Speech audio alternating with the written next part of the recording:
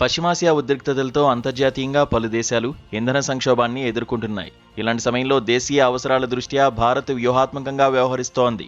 చౌకగా లభిస్తోన్న వెనిజువలా చమురును కొనుగోలు చేస్తోంది. దాంతో ఈ నెలలో సౌదీ అరేబియా, అమెరికా కాకుండా మూడో అతిపెద్ద చమురు సరఫరాదారుగా వెనిజువలా నిలిచిందని జాతీయ మీడియా కథనాలు వెల్లడించాయి.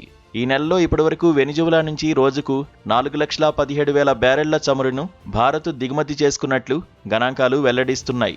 ఏప్రిల్ నెలలో ఈ పరిమాణం 2,83,000గా ఉంది. రష్యా, యుఏఈ భారత్కు చమురు ఎగుమతి చేస్తోన్న దేశాల జాబితాలో ముందు వరుసలో ఉన్నాయి. ప్రపంచంలో ఇతర దేశాలతో పోలిస్తే ప్రస్తుతం వెనిజువలా నుంచి చౌకగా చమురు లభిస్తోంది.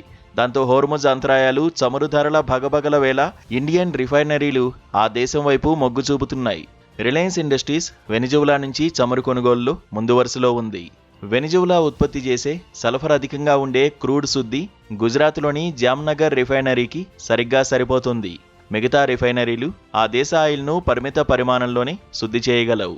అందుకే రిలయన్స్ వద్ద ఉన్న అధునాతన సామర్థ్యాల వల్ల ఆ దిగుమతులతో లబ్ధి పొందుతోంది.